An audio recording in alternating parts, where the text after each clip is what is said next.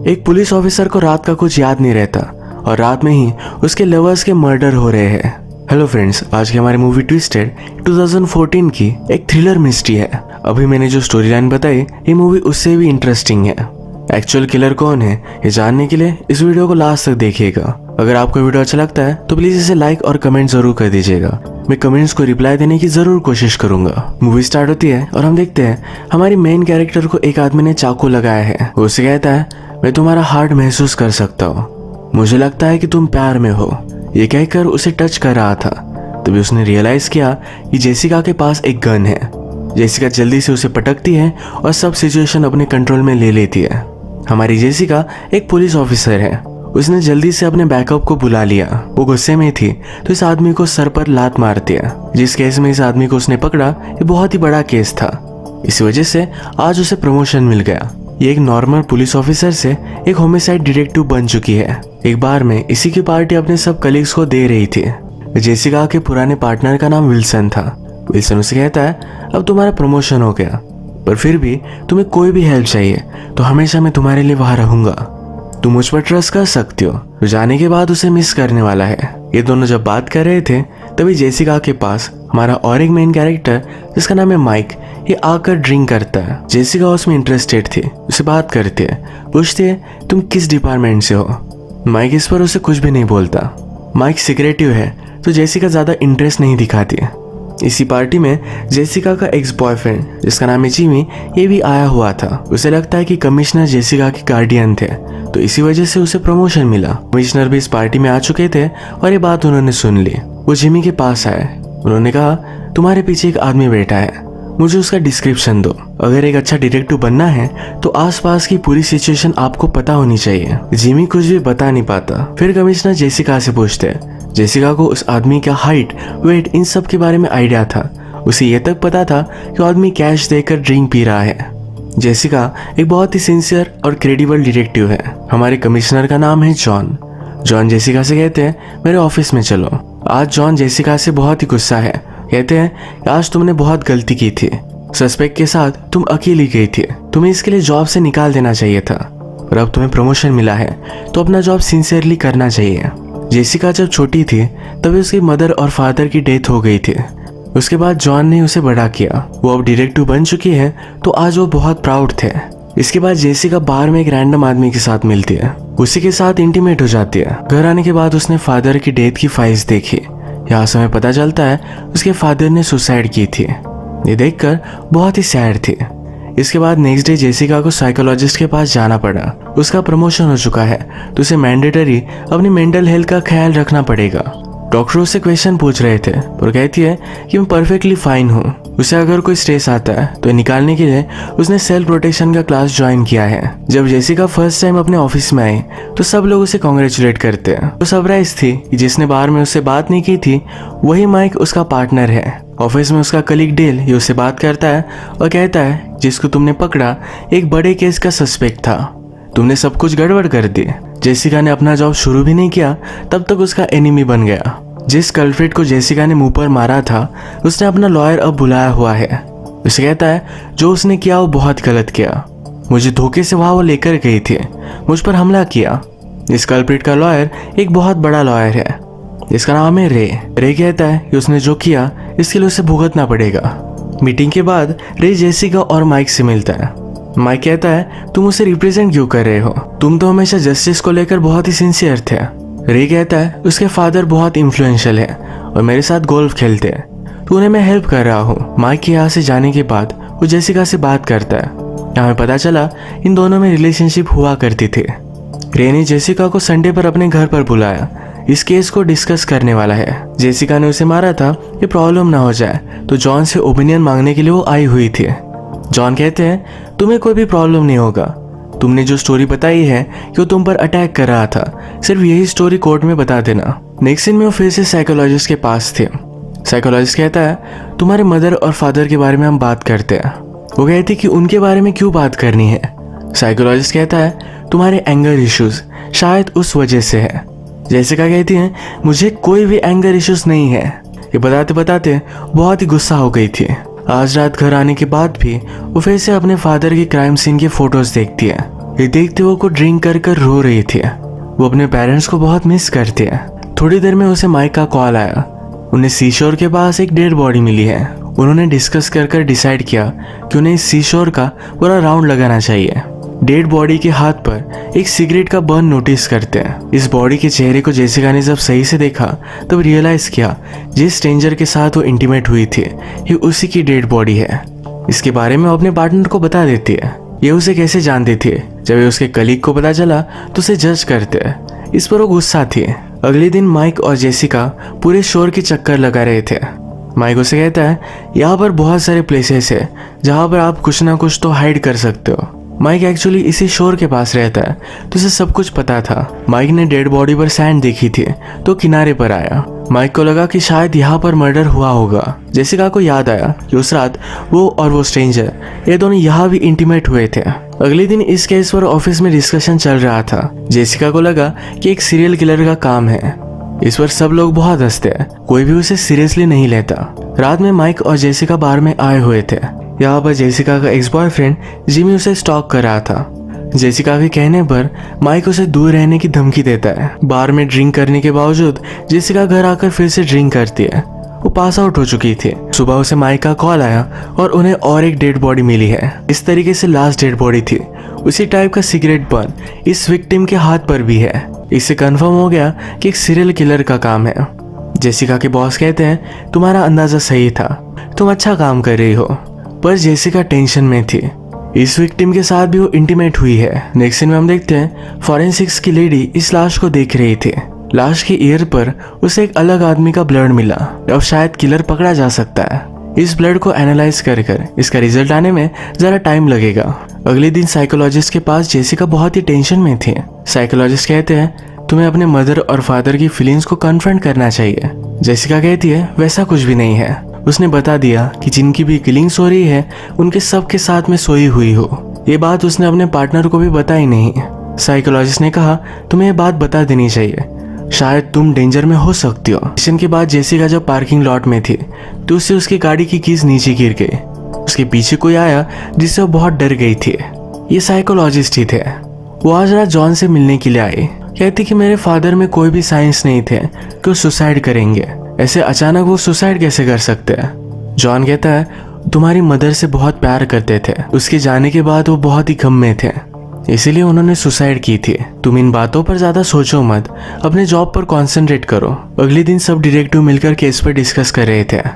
यहाँ पर जेसिका का कलीग जिसका नाम है डेल ये सबसे बात करता है। कहता है हमें तो जेसिका पर शक करना चाहिए। वो फर्स्ट विक्टिम के साथ सोई हुई थी, शायद सेकंड के साथ भी सोई हुई है। वो मजाक कर रहा था पर जेसिका को बहुत ज्यादा गुस्सा आ गया। वो जोर से उसकी कमर पर लात मारती है। माइक उसे शांत कर कर एक जगह पर लेकर आता है। जेसिका कहती है कि वो जो बोल रहा था ये सच है।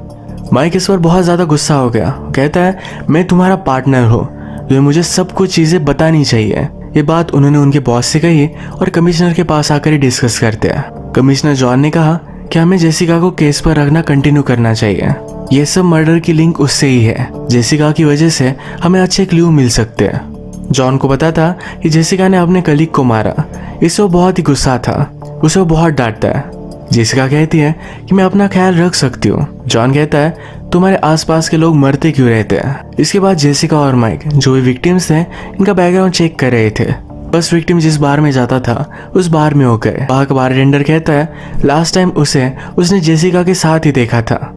ये उसके घर पर आए जहाँ पर विक्टिम की लैंडलेडी कहती है कि जब लास्ट टाइम मैंने उसे देखा था वो तुम्हारे साथ ही था। इनके सारे एफर्ट्स वेस्ट जा रहे हैं। रात में जब जेसिका घर पर आई तो उसका एक्स बॉयफ्रेंड जिमी ऑलरेडी उसके घर में बैठा हुआ था। उसके पास आकर उससे किस करने लगता है। वो उसे मिस करता है तो उसके साथ इंटीमेट होना चाहता था। जेसिका उसे मना कर रही थी पर वो मानता नहीं।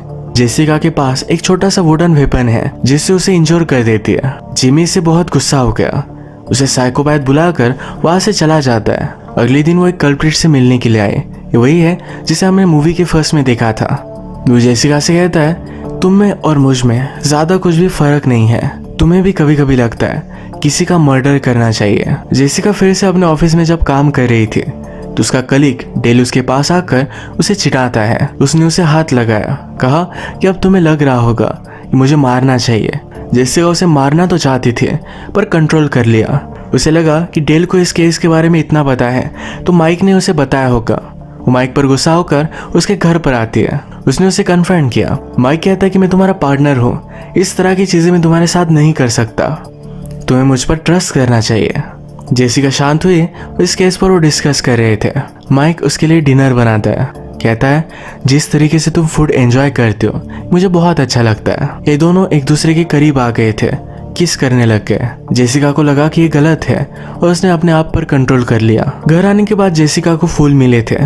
ये उसी लॉयर के हैं जिससे वो कल मिलने वाली है। आज रात भी ड्रंक होकर वो बेहोश हो गई थी। सुबह जब वो लॉयर के पास गए तो डायरेक्टली लॉयर की बॉडी ही उसे मिली। सब पुलिस वगैरह को बुलाने के बाद जेसिका से क्वेश्चन किए जाते हैं। जेसिका का बॉस जॉन से कहता है कि उसे इस केस से निकाल देना चाहिए, शायद वो मर्डरर हो सकती है। जॉन कहता है उसके खिलाफ हमारे पास कोई भी सबूत नहीं है, ये उसका फर्स्ट होमिसाइड केस है, अगर उसे निकाल दिया गया तो उसका करियर खत्म हो जाएगा। जेसिका जब अपने साइकोलॉजिस्ट के पास आई तो बहुत ही ज़्यादा कंफ्यूज है। उसे पता नहीं कि क्या उसने सचमुच में मर्डर किए भी है या नहीं। जेसिका हर रात ड्रंक हो जाती है तो रात में क्या होता है उसे पता नहीं होता। उसे लगता है कि वायलेंट है, किसी की जान वो ले सकती है। तो यही कंफर्म करने के लिए उसने अपना ब्लड लैब में दिया। उसने मर्डरर के ब्लड से इसे मैच करने के लिए कहा। हमेशा जेसिका को अब लग रहा है कि उसका कोई ना कोई तो पीछा कर रहा है, ये किसी को भी नोटिस नहीं कर पाती। रात में उसके घर पर नॉक आए तो डर चुकी थी। उसने ओपन किया तो ये माइक ही था। माइक उससे कहता है कि मुझे भी लगता है मेरा कोई पीछा कर रहा है। जेसिका बहुत ही डर चुकी थी। उसने माइक पर गन लगाई। माइक उससे गन ले लेता है और उससे कहता है कि शांत हो जाओ। उसने उसे किस कर लिया। जेसिका डर रही थी। उसने कहा जिसे भी मैं किस करती हूँ उसका मर्डर हो जाता है। माइक कहता है कि मैं कहीं भी नहीं जा रहा। उसने जेसिका को सुला दिया और यहीं पर वो रात भर सिगरेट पी रहा था। अगले दिन जॉन जेसिका को अपने ऑफिस में बुलाते हैं। जेसिका के पीछे एक बोर्ड था। उससे पूछते हैं मुझे बताओ कि इस बोर्ड पर लिखा हुआ क्या है। इस बार जेसिका सही से कॉन्सेंट्रेटेड नहीं थे, वो डिस्टर्ब थी तो रोने लग गई। जॉन उसे सहारा देते हैं, कहते हैं तुम्हें अपना जॉब सही से करना है, इस तरीके से डरो मत। जेसिका जब घर पर आई तो जिमी फिर से उसके घर में था। फिर से उसे जबरदस्ती करने लग गया। इस बार वो मानने वाला नहीं था तो जेसिका ने अपने रूम में जाकर डोर लॉक कर लिया। वो कांच फोड़कर अंदर आ जाता है। ये सीन यही खत्म हुआ। सुबह जेसिका को जब होश आया तो उसने देखा जिम्मी की डेड बॉडी उसके पास पड़ी हुई है। वो बहुत डर गई। उससे फिर से क्वेश्चन पूछे जाते हैं। उसे इस बार पूछा जाता है कि मर्डर तुमने किए थे। वो डिस्टर्ब होके रोने लगती है, कहती कि मुझे कुछ भी पता नहीं है। उसे जेल में डाल दिया गया। उसका साइकोलॉजिस्ट उससे बात करने के लिए आया हुआ था। तभी जॉन वहां पर पहुंचा। जॉन जेसिका से कहता है कल रात तुम्हारे ड्रिंक में किसी ने कुछ मिला दिया था, इसी वजह से तुम अनकॉन्शियस थे, तुम कोई भी मर्डर नहीं कर सकते। इसी रीजन की वजह से जेसिका को बेल भी मिल गई। इसके बाद जॉन और जेसिका डिस्कस करते हैं। जॉन कहता है कोई ऐसा है जिसे तुम्हारा सब कुछ रूटीन पता है, तुम्हारे घर का उसे एक्सेस है। जेसिका के माइंड में एक ही आदमी आया, उसका पार्टनर माइक। माइक को लेकर वो सस्पिशियस थी ही और वो सिगरेट भी पीता है। जिस रात जेसिका माइक से मिली थी उसके बाद ही उसके आसपास मर्डर होना स्टार्ट हो गया था। उसके बाद ये दोनों मिलकर माइक को अरेस्ट करने के लिए जाते हैं। जेसिका माइक से कहती है तुम मुझे मिलने के लिए आए क्यों नहीं थे। माइक ने कहा कि मुझे मना किया गया था। जेसिका इस पर बिलीव नहीं करती। जॉन माइक के घर में कुछ वाइन देखता है। माइक ने ड्रिंक किया। जॉन कहता है तुम हमेशा जेसिका की ड्रिंक में कुछ ना कुछ तो मिलाया करते थे। जॉन ने माइक के ड्रॉर्स चेक किए तो उसमें एक ड्रग था। माइक कहता है कि मेरा नहीं है, मुझे फंसाया जा रहा है। जिस छोटे से लकड़ी के वेपन से मर्डर हुआ था ये मर्डर वेपन भी माइक के पास मिला। माइक इस सब पर बिलीव नहीं करता। एक्चुअल में जॉन ने माइक के ड्रिंक में भी ड्रग मिला दिया था तो अनकॉन्शियस हो गया। जॉन जेसिका से कहता है हमें अब इसे सजा देनी चाहिए, ये केस कोर्ट में जाएगा, इसे बेल मिलेगी। इन सब चीजों पर वो बिलीव नहीं करता। जॉन और जेसिका घर में थे, इन सब का सबूत वो मिटाने लग जाता है। वो माइक के मर्डर को एज अ सुसाइड दिखाने वाला था। वो माइक के पास जेसिका का फोटो रख देता है, कहता है सबको लगेगा कि तुमने उसे रिजेक्ट किया इसलिए उसे खुदकुशी कर ली। जॉन ने सब क्राइम सीन सेटअप किया तो जेसिका रियलाइज करती है इसी तरीके का क्राइम सीन उसके फादर के सुसाइड में भी था, यानी कि जॉन ने उसके फादर को भी मार डाला था। जेसिका ने अपनी गन निकाली, उसे अरेस्ट करने वाली थी। जॉन उसे समझाने की कोशिश करता है पर वो समझ नहीं रही थी। वो कहता है तुम्हें भी तुम्हारे फादर की तरह ही गुस्सा है। मैंने उसे बताया था कि उसकी वाइफ उस पर चीट कर रही है पर वो माना नहीं। उन दोनों में झगड़ा हुआ और जेसिका के फादर बहुत ही डिस्टर्ब थे। इसी वजह से जॉन ने जेसिका के फादर को मार डाला था। यही जब वे बात कर रहे थे तो माइक को होश आया और जल्दी से यहाँ से वो भाग जाता है। जॉन जोर से जेसिका को स्लाइप कर माइक के पीछे पीछे आया। माइक अपने घर के नीचे छुप गया था और फाइनली जॉन ने उसे ढूंढ लिया। जिस तरीके से सीरियल किलर अपने हर विक्टिम को बर्न देता है, उसी तरीके से जॉन ने माइक के हाथ पर सिगरेट बर्न दिया। जेसिका वहां पहुंची, उसने ये सब देख लिया। वो कहती है तुम ही मर्डरर हो, तुमने ये सब किया क्यों? जॉन कहता है तुम्हारी मदर को एक बीमारी थी, वो कभी भी उसके हस्बैंड से फेथफुल नहीं थे। मैं उससे प्यार करता था पर वो मानी नहीं, इसलिए मैंने उसे मार दिया। तुम्हें भी वही बीमारी है, तुम किसी के साथ भी इंटीमेट होती रहती हो। मैंने हर एक को मारकर ये क्योर करना चाहा। जॉन कहता है तुम अभी भी कुछ नहीं कर सकती, अगर तुमने मुझे मार डाला तुम पर ही सब शक आएगा। जेसिका स्मार्ट है, उसने पहले ही अपने ओल्ड फ्रेंड को कॉल कर दिया था। जॉन का कन्फेशन उसने सुन लिया और सारे पुलिस को लेकर वो यहाँ आ रहे थे। जॉन जेसिका से कहता है मैं तुम्हें और एक लास्ट बात सिखाना चाहता हूँ, आप जो भी करते हो कभी भी उसमें कोई भी मिस्टेक नहीं होनी चाहिए। जॉन अब माइक को मारने वाला था तो जेसिका उसे शूट कर देती है। जॉन ने जानबूझकर प्रिटेंड किया कि वो माइक को मार रहा है। वो पकड़ा नहीं जाना चाहता था, पकड़े जाने से तो अच्छा मर जाना था। ये सब पुलिस ने देख लिया था तो जेसिका को अब कोई भी प्रॉब्लम नहीं आएगा। वो माइक के पास आई, उसे सॉरी कहा। माइक भी उसे माफ कर देता है। इसी मोमेंट पर इस मूवी का एंड हो जाता है। अगर आपको ये मर्डर मिस्ट्री पसंद आई तो प्लीज़ इस वीडियो को लाइक कर दीजिएगा। ये बहुत सारी मूवीज़ लेकर आते रहता हो तो प्लीज़ इस चैनल को सब्सक्राइब कर दीजिए। बेल नोटिफिकेशन आइकन दबाने मत भूलिएगा। हम फिर से मिलेंगे और एक नई मूवी के साथ। तब तक के लिए थैंक यू और आप अपने आप का ख्याल रखिए।